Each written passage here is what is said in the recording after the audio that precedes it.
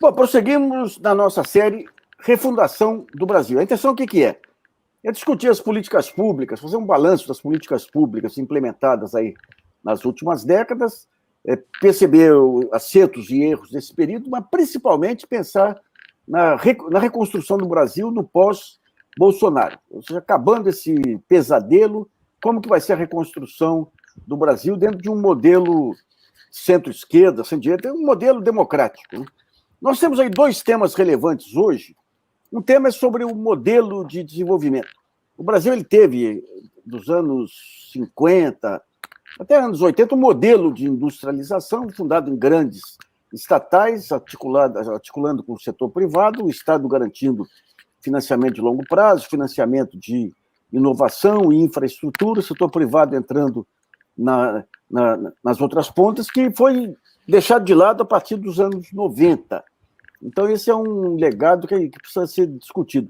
E um outro ponto foi, em função desse desmonte, em função de políticas monetárias, cambial também, um desmonte da industrialização e uma indústria que ficou cada vez mais importadora de bens e tudo, e com uma cadeia de fornecedores cada vez mais pobre, né?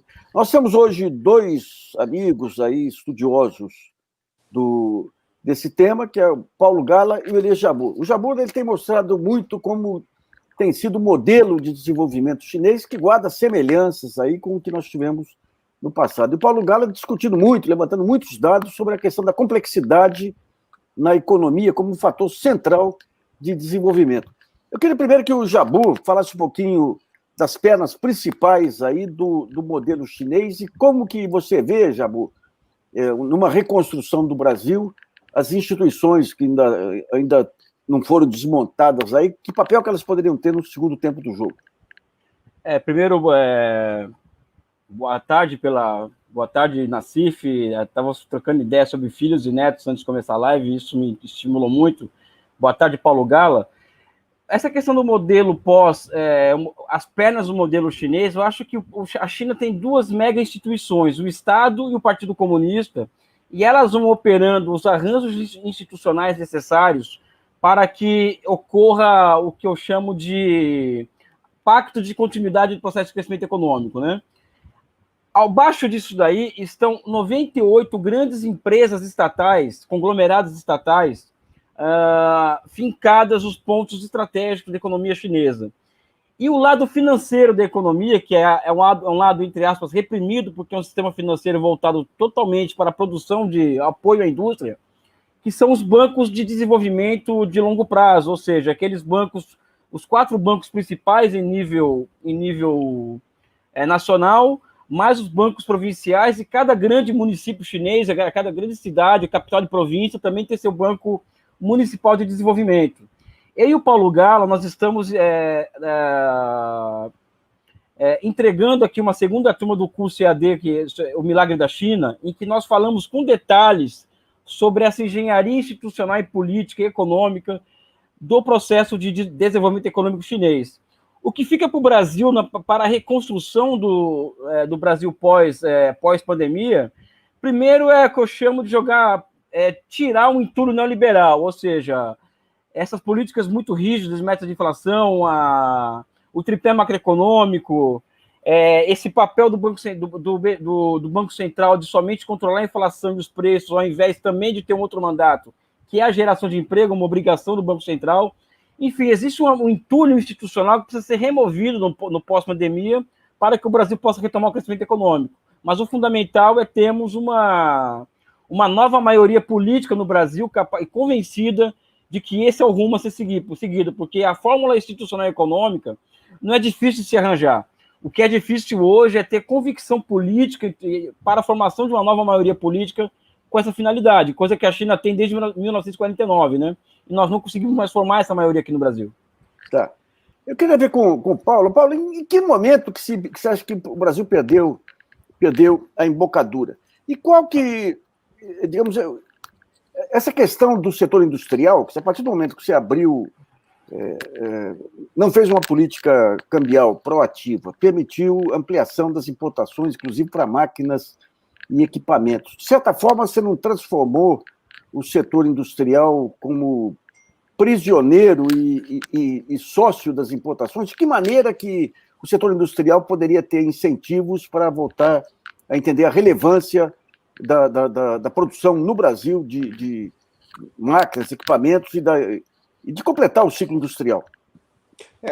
Boa tarde a todos, Nassif, Elias, prazer conversar com vocês, né, especialmente sobre esse tema de Brasil e China, né, que sempre que a gente olha para a China, dá mais desespero ao olhar para o Brasil, né, e essa pergunta do Nassif vai no ponto, né, acho que o Brasil se perdeu mesmo nos anos 90, a gente se atrapalhou nos 80, tivemos problema de hiperinflação, quase hiperinflação, muita dívida externa que veio ali da segunda metade dos 70, que decorreu principalmente do choque do petróleo, algo, aliás, que também, por exemplo, a Coreia sofreu, né? Não tanto quanto o Brasil, mas a inflação acelerou nos 80, a Coreia também teve dificuldades, também tinha dívida externa, né? A diferença é que o Brasil meio que jogou a toalha do projeto de desenvolvimento dele nos anos 90. Então a gente lidou muito mal com o que aconteceu nos 80 e mudou para um polo completamente oposto de liberalismo, de neoliberalismo, achando que bastaria abrir a economia, controlar a inflação, obviamente com a macroeconomia toda errada, né? E a gente perdeu a curva da história. Ali foi o grande erro do Brasil nos anos 90, e os asiáticos, que não são bobos nem nada, Coreia do Sul, China, Taiwan, souberam se aproveitar do espaço aberto pelo Brasil, lembrando que o Brasil tinha uma posição importante no mundo emergente, né? A produção industrial brasileira nos 80 era maior do que a chinesa e Coreia do Sul e coreana somadas, né? Então, o movimento, especialmente da área FHC, foi muito ruim, né? A resposta que a gente deu de destruição do nosso... podemos fazer críticas ao nosso modelo desenvolvimentismo, mas as respostas que a gente deu foram horríveis, né? E a partir dali a nossa indústria começou a ser destruída, principalmente por conta da sobrevalorização cambial, somada a uma abertura comercial muito violenta, sendo que a literatura toda econômica é muito clara, né, ao dizer que você não pode abrir a economia e sobrevalorizar o câmbio. A fórmula para matar a indústria é abrir a economia e sobrevalorizar o câmbio ao mesmo tempo. O ideal é que você quiser abrir um pouco, né, que era necessário, o Brasil era fechado demais, só que na presença de um câmbio desvalorizado, como tem feito a China, como fez a Índia também nos 90, né? Então o Brasil fez tudo errado nos 90, começou a destruir ali a indústria, e desde então a nossa indústria vem virando uma maquila, Nassif, como você muito bem colocou, né?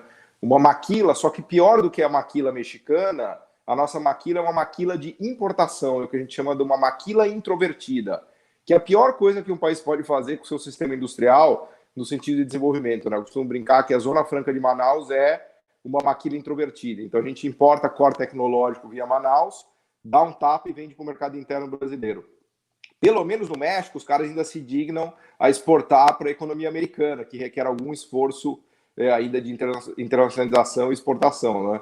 No Brasil, não. Então, no Brasil, é uma maquila de importação, nossos industriais sumiram, viraram maquiladores, inclusive reclamam do câmbio desvalorizado, porque o câmbio desvalorizado deixa o core tecnológico que você importa mais caro. Então, não existe desenvolvimento possível com multinacionais e maquiladoras, que é o caminho que o Brasil resolveu seguir, e está completamente perdida, né? É o oposto perdido, né? É o oposto, por exemplo, de Shenzhen, né? Que a gente discute muito no curso, Elias, que é a zona de exportação incrível que os chineses, que é o Vale do Silício da China hoje, foi construída ali do lado de Hong Kong, que é o que é? Uma zona que produz para o mundo, para exportar manufaturas com marcas nacionais e tecnologia nativa.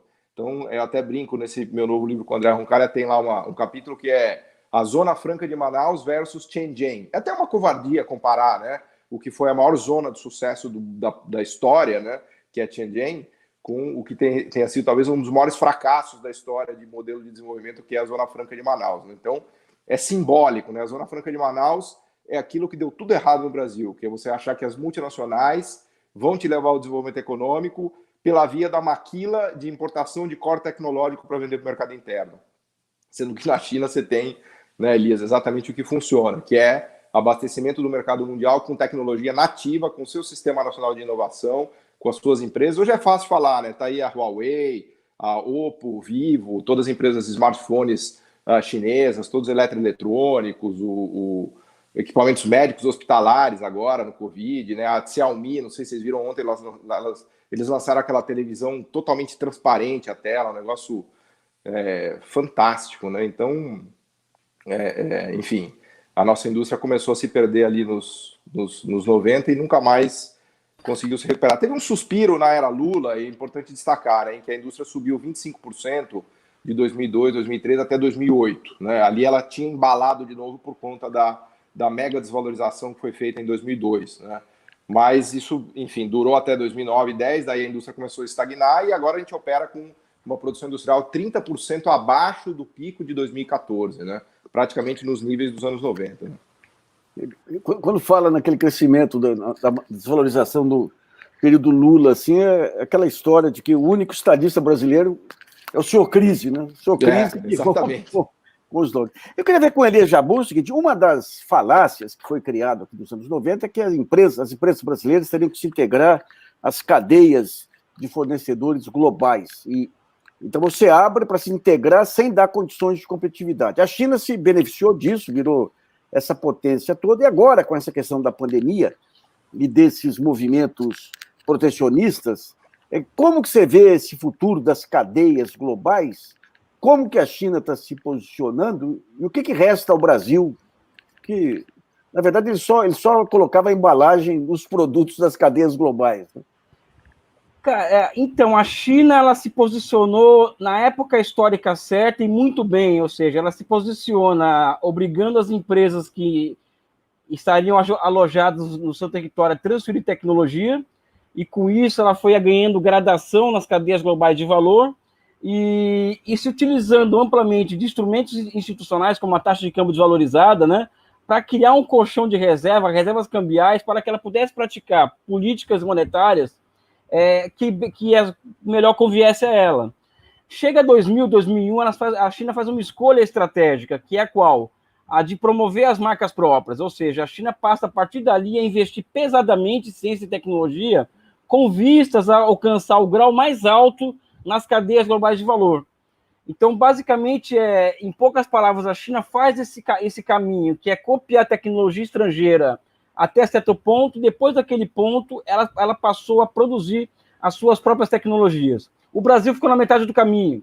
O Brasil foi até o final da década de 70 importando tecnologia e absorvendo tecnologia, até que nós conseguimos implementar um novo da economia, que é a indústria mecânica pesada, e nós paramos por aí, porque o passo seguinte demandaria investimentos maciços em marcas próprias brasileiras, e ciência e tecnologia própria. Então, o Brasil chega na década de 90, faz uma escolha que é abrir sua economia, né, e acreditar que o capital estrangeiro iria trazer a bonança, a paz e a prosperidade ao país, enquanto que a China chega na década de 90, recebe o capital estrangeiro e condiciona a entrada desse capital estrangeiro à entrega de tecnologia. Então, o Brasil e a China tiveram escolhas estratégicas opostas ao longo dos últimos 40 anos. O resultado está aí hoje. A China consegue enfrentar uma pandemia com uma baita altivez, com toda uma cadeia produtiva montada, pronta para enfrentar esse tipo de situação. Ela converteu 9 mil cadeias produtivas industriais para produzir insumos médicos hospitalares. Por exemplo, a BYD, que é uma fábrica de carros elétricos, passou a produzir insumos médicos hospitalares, enquanto que o Brasil ficou completamente dependente, não somente da China, mas da boa vontade dos Estados Unidos em deixar que chegasse aqui os respiradores e outros equipamentos médicos hospitalares. Ou seja, a situação do Brasil é gravíssima, Nassif, e a da China é essa que nós vemos aí, um país que pode falar, eles podem falar que são um país autônomo, independente, e nós estamos caminhando rapidamente para se transformar em uma colônia de exploração. Falando do curso, o Paulo tem umas 4 ou 5 aulas em que ele só faz comparações entre Brasil e China. O tempo inteiro ele faz essas comparações durante o curso, né? Enfim, tem uma questão dessas cadeias globais, né, se você me permitir, que as pessoas não entendem muito bem isso. As cadeias globais de valor, elas têm uma hierarquia tecnológica, porque do jeito que se coloca, parece que a tecnologia flui livremente, mas não. Sim. Existe uma hierarquia muito clara. A multinacional, dona do core tecnológico, ela nunca transfere para o país emergente o coração do conhecimento dela. Ela sempre protege com unhas e dentes nas bases, né?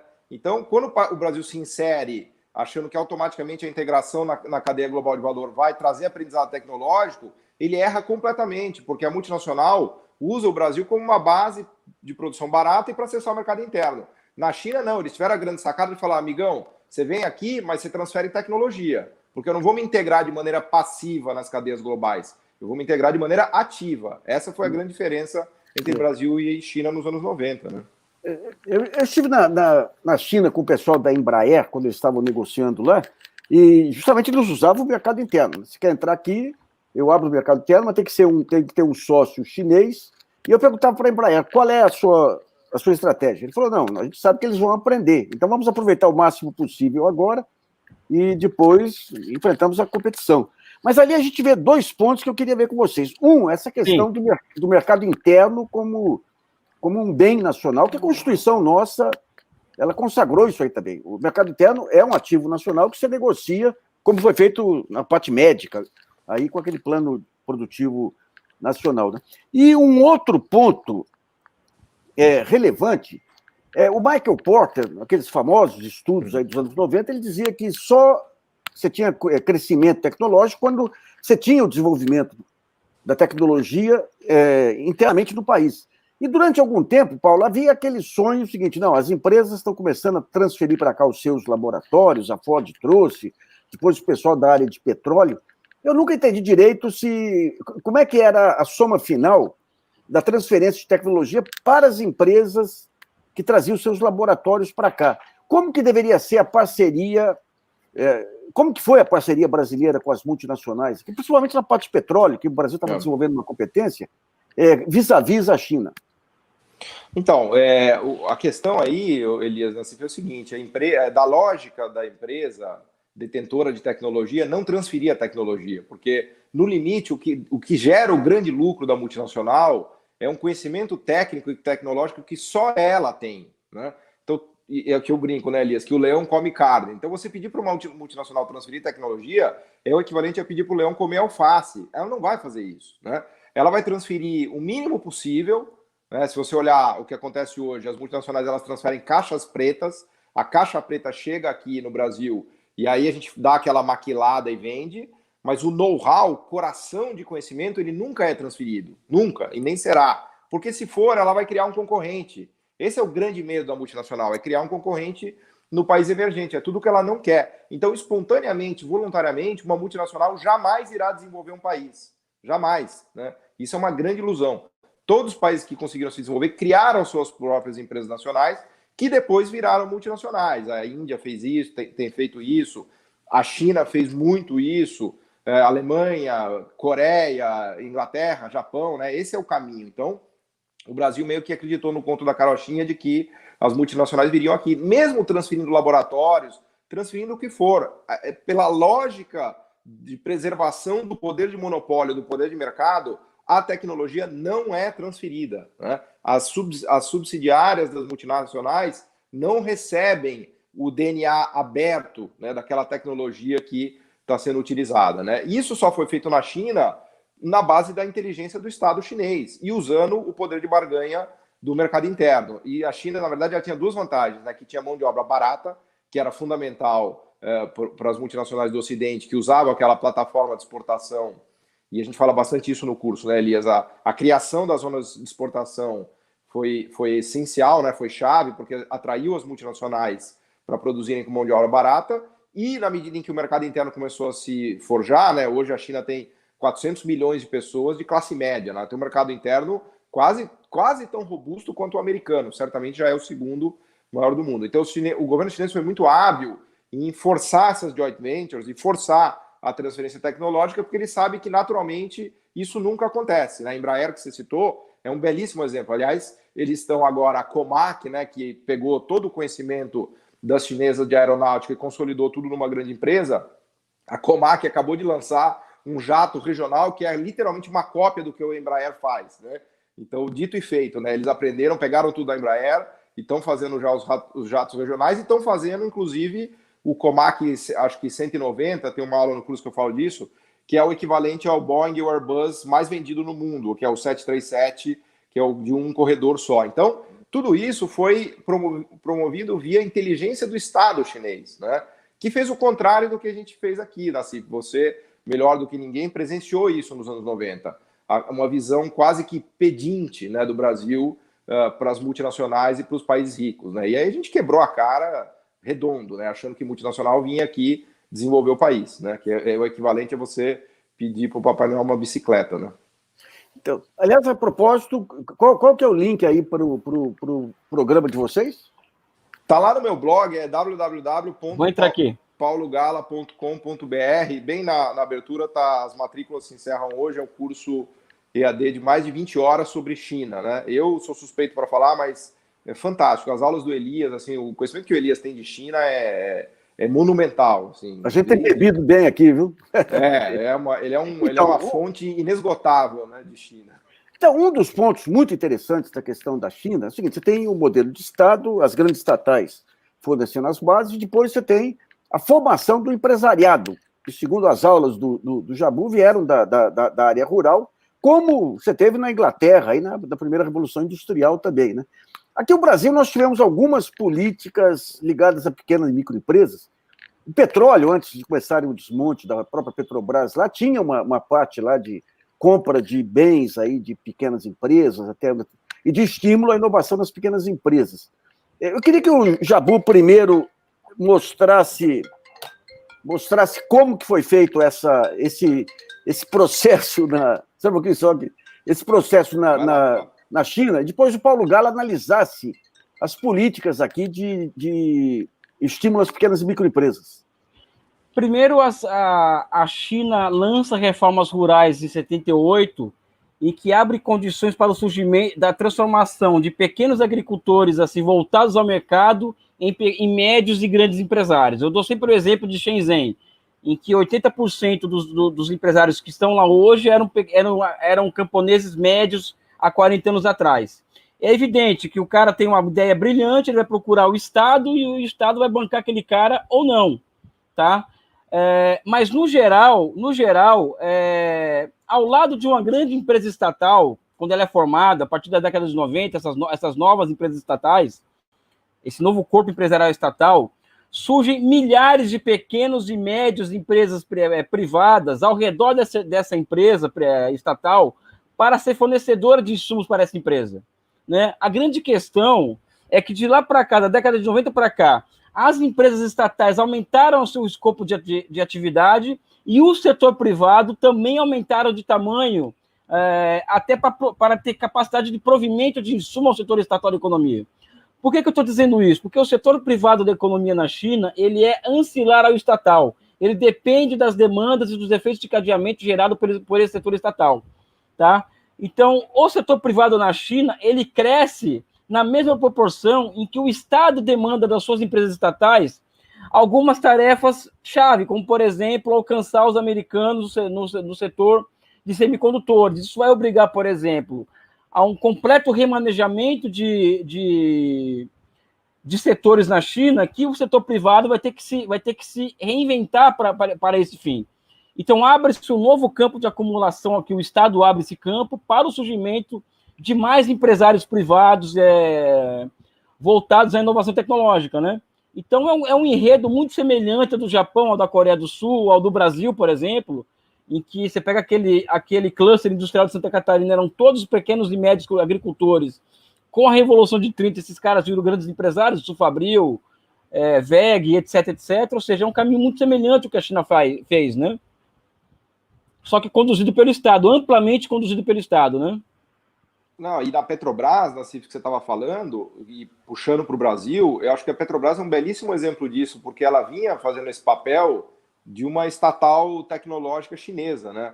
Quando a gente pensa na cadeia do óleo e gás, assim, imagina um pequeno e médio empresário brasileiro que vai entrar para concorrer na cadeia do óleo e gás com as gigantes da Noruega, da Suécia, da Finlândia e da Coreia do Sul. Qual é a chance de um pequeno e médio empresário brasileiro no setor de óleo e gás? A chance dele é nula. Ele não vai conseguir fazer maquinário mais barato, mais eficiente e na fronteira tecnológica como faz o coreano, como faz o norueguês. Então, a única chance dele é o quê? Que a Petrobras compre dele, estimule ele. É evidente que a Petrobras não vai ficar comprando dele para fazer favor, nem para fazer benesse, ela vai comprar dele, mas ela vai colocar condições, como fez, por exemplo, o Park Chung na Coreia. Vai comprar dele contanto que ele melhore a sofisticação tecnológica, melhore a eficiência e entregue produtos cada vez melhores, né? Que é exatamente o que a China faz, que o Elias está falando. Então, no mundo em que o mercado mundial é concentrado, e isso é importante destacar, Nassif, Elias, o mercado mundial, não existe livre mercado no mundo, a gente está careca de saber. O mercado mundial é totalmente concentrado. Tem 5, 6 empresas que mandam em cada setor da economia mundial. Então, jamais um país emergente se abrindo terá qualquer chance de roubar espaço de uma norueguesa, de uma coreana, de uma americana, de uma suíça ou de uma sueca. Só o Estado poderá alavancar essa iniciativa privada, como fez na China, né, Elias? E aí sim transformar também a iniciativa privada chinesa, que está virando gigante, a reboque das gigantes estatais. E aí você cria uma potência como é a China de hoje. Então o Brasil fez tudo errado, né, por assim dizer. Tá sem o som, Nassif, acho que tá sem o seu som. Em todo esse período de tentativas de políticas industriais, eu acho que a gente tem que pegar 2 lições aí. As únicas políticas industriais que deram certo, aquelas que tinham, tocando a política industrial, uma estrutura empresarial, que nem a Petrobras ou o próprio BNDES. Quando se deixava em mãos do governo central lá, era um rolo danado. E só eram bem-sucedidas aquelas políticas que garantiam a demanda. Exato. Então, nós temos, na questão do SUS, a compra de medicamentos com transferência de tecnologia, aquele negócio todo, e a Petrobras tinha um negócio muito interessante, mas muito interessante. A gente chegou a fazer alguns seminários, que é o seguinte, você tinha que ter um equipamento X. O equipamento X para águas profundas lá. Ela selecionava uma empresa, entrava como sócia no desenvolvimento daquele equipamento e garantia que aquele equipamento ia ser colocado lá quando estivesse pronto, né? Então, isso foi, digamos, o avanço tecnológico que isso significaria para máquinas e equipamentos e tudo, era extraordinário, não era extraordinário. Mas sem, digamos, daí pega o exemplo chinês, sem a grande corporação pública racional e conduzindo os processos, e a Petrobras tinha todos aqueles filtros de custo também. Nós aceitamos um custo até tantos % acima durante um certo tempo também, né? Agora, hoje, para reconstituir isso, com esse desmonte aí das subsidiárias de Petrobras e tudo, Paulo, como é que você vê o próximo tempo do jogo? Quais as instituições que ainda não foram destruídas que permitiriam essa remontagem do país de acordo com esse modelo de desenvolvimento? Não, e só para destacar um termo que você falou que é a chave, que é a garantia de demanda, né? E o Elias sempre fala, a gente sempre repete isso no curso, uma das grandes sacadas do modelo chinês é que ele sempre garante demanda, né? É claro que você não vai garantir demanda para que se produza porcaria, tem que haver critérios, né, para que a demanda garantida pelo Estado seja direcionada para coisas boas. Mas esse é o que a gente chama em economia da incerteza keynesiana, né? O empresário, a coisa que ele mais morre de medo é de não vender, de não conseguir vender, porque daí ele quebra. Então, quando você coloca a garantia de demanda, há uma segurança ali por parte do empresário que ele vai poder produzir e vender. E aí ele tem estímulos, inclusive, a, obviamente, ganhar dinheiro, se sofisticar tecnologicamente. Então, essa coisa da garantia de demanda parece uma coisa simples, mas é a pedra angular do modelo de sucesso chinês, entre outras coisas. E no Brasil, a Petrobras fazia esse papel, né, de maneira bastante acertada, como você falou, e ela tem sido desmontada. Eu acho que a Petrobras era o grande, vamos dizer assim, o grande instrumento que a gente tinha, né, no setor, obviamente, do óleo e gás, mas que está sendo completamente desmontada e está perdendo a função pública, porque é evidente que se você quiser transformar a Petrobras numa empresa totalmente privada, o que dá mais lucro para ela fazer é simplesmente extrair petróleo. Ela vai virar uma gigante de extração de petróleo, como tem várias multinacionais são, né? Só que a contribuição que ela vai dar para o desenvolvimento econômico brasileiro é nula. Então, como diz o Elias, lá na China a gente tem 95 Petrobras sendo utilizadas para o desenvolvimento tecnológico, fazendo essa garantia de demanda exatamente que você mencionou. Então, o desmonte do BNDES, somado ao desmonte da Petrobras e da própria Eletrobras, que em algum momento também exerceu esse papel de demanda, né? E da parte de telecom, se quiser, né?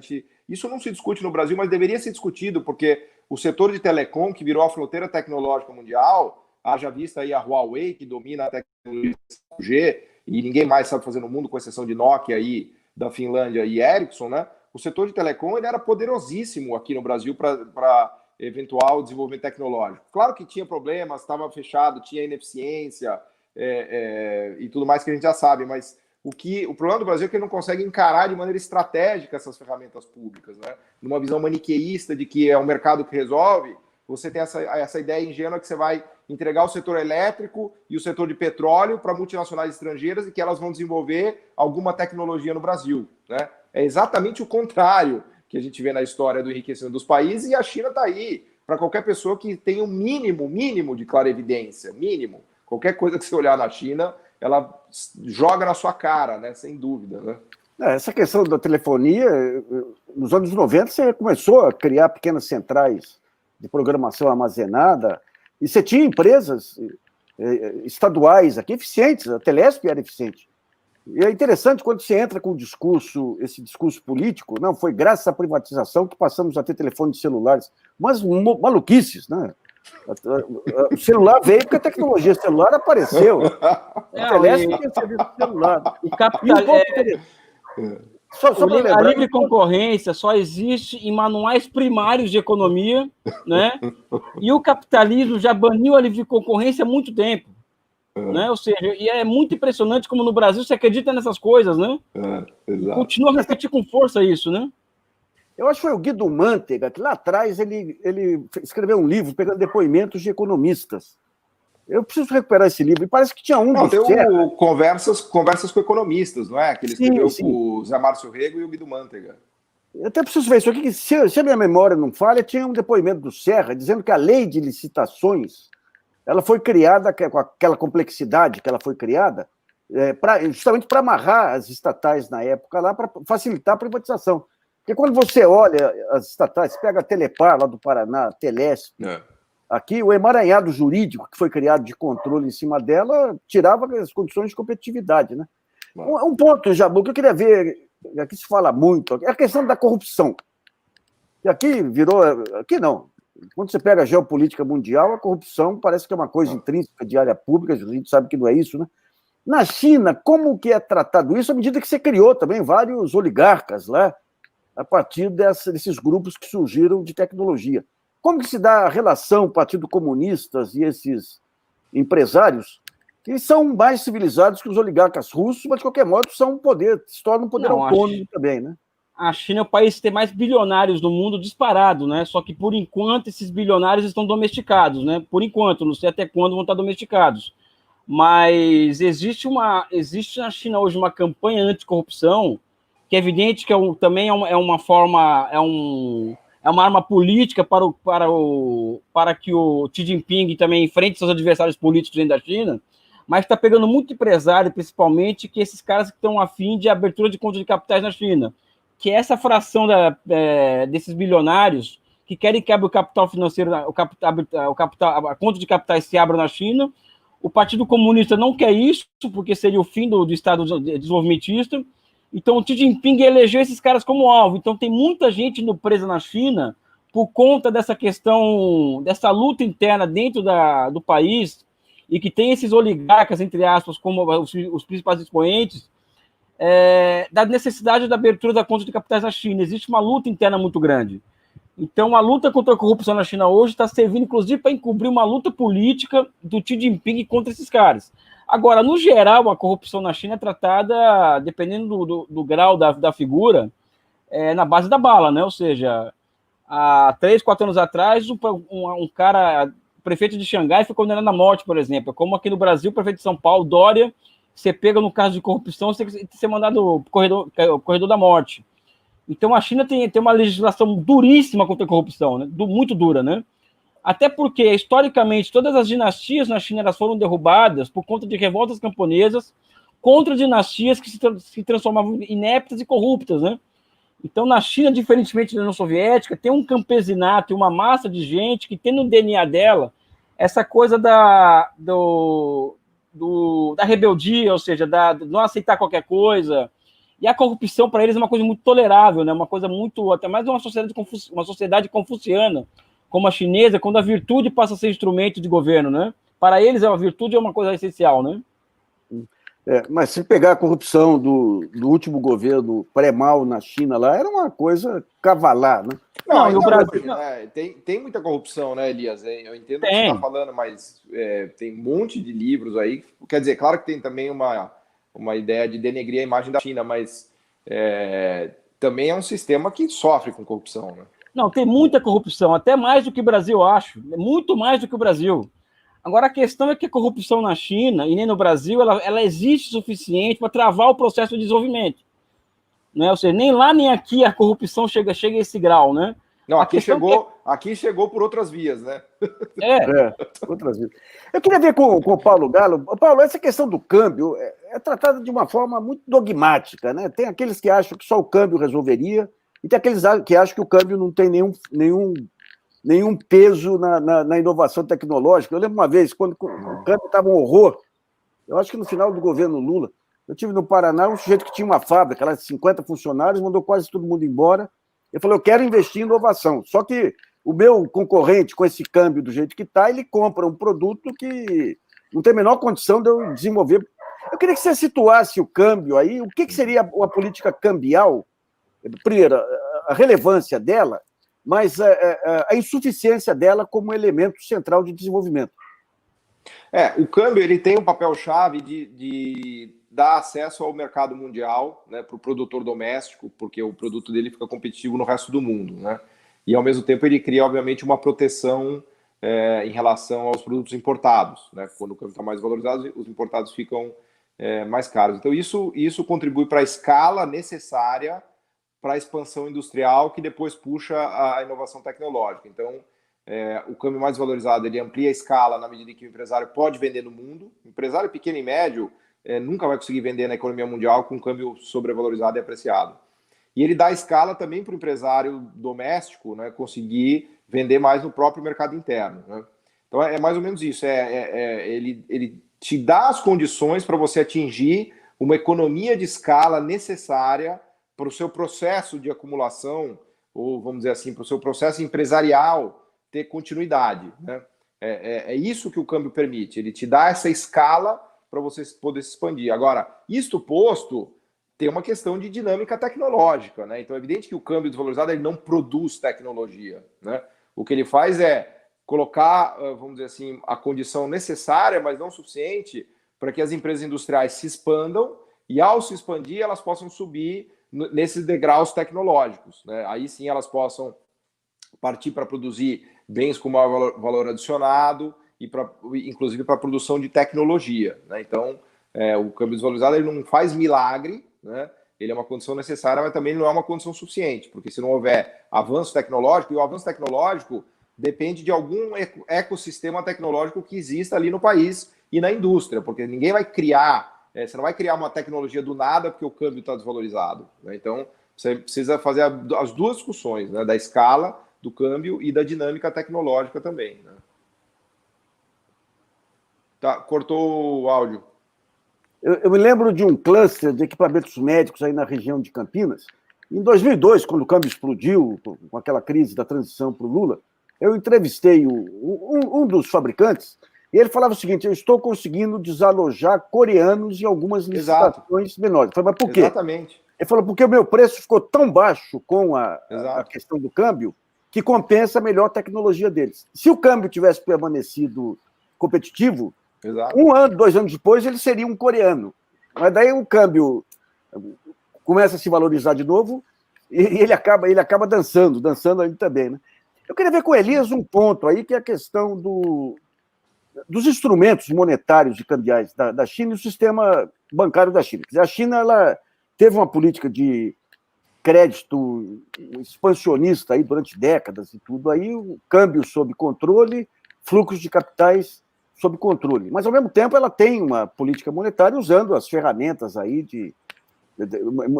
monetárias de outros países. Como que se dá essa interação entre bancos, autoridade monetária chinesa e essas políticas monetárias, Elias? Essa semana saiu uma matéria, porque teve uma reunião no dia 31, aliás, eu mandei até um comentário para você, eu acho que eu mandei. No último dia do mês de julho, o Comitê Central do Partido Comunista se trancou durante alguns dias para discutir o futuro da China, né? E depois dessa reunião do Comitê Central, saiu uma semana depois, começou a vir à tona o que foi discutido naquela reunião. E o que mais se falou naquela reunião foi expansão monetária. Ou seja, os chineses eles continuam apostando em expansão monetária. Para quê? Por exemplo, eles querem agora duplicar o número de linhas de trem de alta velocidade até o ano de 2035, ou seja, entre 2021 e 2035, eles querem duplicar o número de trens de alta velocidade em circulação na China, que já é 3 vezes mais o que existe no mundo. Então, tem sido recorrente na história recente da China o governo se utilizar de cada vez mais e maiores políticas fiscais expansivas para dar conta de uma mudança no cenário internacional. Tanto é que, por exemplo, a partir do ano que vem, a tendência deles é aumentar, que eles querem, o próximo plano quinquenal, é aumentar de 400 para 700 milhões de pessoas da classe média nos próximos 5 anos. Isso por quê? Porque a China alcançou um pico de 12% das exportações mundiais e eles sabem que não vão passar disso, ainda mais com guerra comercial e tecnológica. Então, a aposta vai ser na expansão do mercado interno. E expansão do mercado interno, Nassif, não tem outra palavra, ela é sinônimo de expansão de base monetária. Tá? Evidente que no Brasil essa discussão ela é feita de uma forma completamente torta, né? Falar em expansão monetária é um palavrão, mas na China tem sido uma regra recorrente desde a década de 90 o uso abusivo, no bom sentido da palavra, de políticas monetárias expansivas, né? Ou seja, a proporção de dinheiro circulando em relação ao PIB é muito grande na China. Elias, o Paulo saiu um pouquinho aqui, vamos continuar o nosso bate-bola. Havia muitas expressões dos Estados Unidos em relação ao câmbio desvalorizado da China. Como é que tem sido tratado isso na China agora em relação às próximas décadas? A questão é que uma das questões que envolve o câmbio na China não é que o câmbio hoje na China seja necessário para garantir proteção ao seu mercado interno diante da concorrência estrangeira. A taxa de câmbio na China hoje ela é importante para a geração de emprego em setores de média e baixa tecnologia. Então, o câmbio protege essas pequenas e médias empresas da concorrência estrangeira. Porque, no geral, a vantagem da China já não é mais cambial, ela é estrutural. Então, o câmbio hoje é mais um instrumento para estimular a geração de emprego do que outra coisa. Agora, os chineses não sucumbem a essa pressão americana para a valorização da taxa de câmbio. Não sucumbem, eles não estão no Japão, como que em 85 entregou a sua política cambial para os Estados Unidos. Então, a China ela trata essa questão do câmbio hoje, assim, ela literalmente está pouco se lixando para a opinião do Trump e dos Estados Unidos. Mas o outro alvo agora dos Estados Unidos, Luiz, não é mais a taxa de câmbio tão e somente, tá? É as estatais, ou seja, o Trump tem colocado abertamente o seguinte, a relação das estatais chinesas, das empresas privadas também, com o governo chinês. Saiu uma foto no Twitter esses dias dos dirigentes da Tencent, né, que é a empresa de... Tencent, né, Paulo? Tencent, com a bandeira do Partido Comunista. E o Michael Pompeo dizendo, olha, mais uma prova de que existe uma relação entre Estado e Partido Comunista e empresa na China. Ou seja, não existe livre mercado na China. Não existe e nos Estados Unidos? E nos Estados Unidos, o Deep State, o Pentágono e os 600 bilhões de dólares de verba de defesa é o quê, né? Então, a questão passou a ser as empresas estatais, ou seja, o câmbio eles deixaram de lado dos Estados Unidos, eles desistiram. Agora é bloquear a China a partir da denúncia da relação entre Estado, setor privado e setor estatal da economia, ou seja, não existe livre mercado na China. Eita vida. E como é que o Paulo vê essa guerra geopolítica e essa tentativa de inviabilizar as empresas de tecnologia chinesa? Aliás, eu fui num evento em Santa Rita do Sapucaí, que é um polo de eletrônica. Um belo cluster.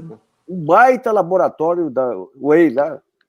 Os caras realmente avançaram muito nesse período. Né? Como é que fica isso? De um lado, você tem as forças da globalização, ou seja, as grandes corporações americanas têm interesse na integração. Do outro lado, você tem essa reação que vem do Trump, parece que o Biden também tem a mesma reação aí contra o crescimento chinês. Qual vai ser o desfecho dessa disputa entre dois gigantes? Os chineses eles ganharam dos americanos no próprio jogo dos americanos. É isso que está deixando os americanos possessos, porque quando a gente olha, por exemplo, a tecnologia 5G da Huawei, a Huawei tem 70% das patentes no mundo ligadas à tecnologia 5G. Porque para a 5G funcionar, que é a internet ultra rápida, 10 vezes mais rápida que o 4G, você precisa ter uma miríade de tecnologias, de know-how, de software, de equipamento, de transmissão, de satélite. Então, a Huawei está numa posição tão à frente de todas as outras empresas do mundo que é dela já, não tem para ninguém. Tem a Nokia, né, que tenta, a Ericsson. Os Estados Unidos está anos-luz de ter uma empresa capaz de fazer 5G. E quando o Trump se deu conta disso, que ele viu o tamanho do prejuízo. Né? A agricultura americana depende dos equipamentos da Huawei para suas comunicações via satélite para fazer a administração da colheita, né? Então, é o que eu brinco com o Elias, né? Eles achavam a China um dragãozinho simpático, foram alimentando, as multinacionais achavam bonitinho produzir lá, de repente o dragão virou um gigante fora de controle. E agora na própria corrida tecnológica,